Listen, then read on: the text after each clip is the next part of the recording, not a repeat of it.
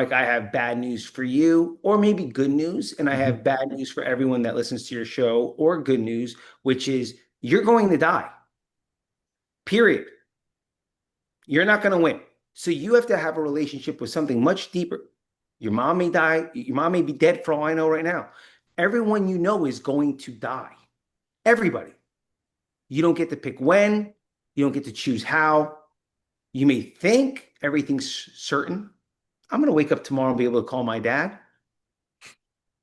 Many people wake up and that's not the case. It sounds harsh, but it's such an important point. It reminds me It's of a gift. It's not harsh. It's a gift. It makes you appreciate life.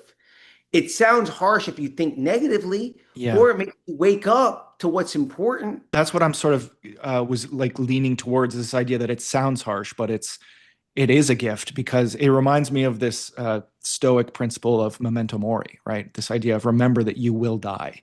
And remembering that you will die is sounds morbid and dark and sad, but it's also freeing in a way where you could be like, okay, does this thing I'm worried about right now really matter? Does this thing that is stressing me out going to change the world or change my life? It's like, remember that you will die. So if you want to go talk to the girl, go talk to the girl. If you want to apply for the job, apply for the job. It's sort of a freeing, a way to free up the mental obstructions that sometimes face us. At least that's what it's been for me.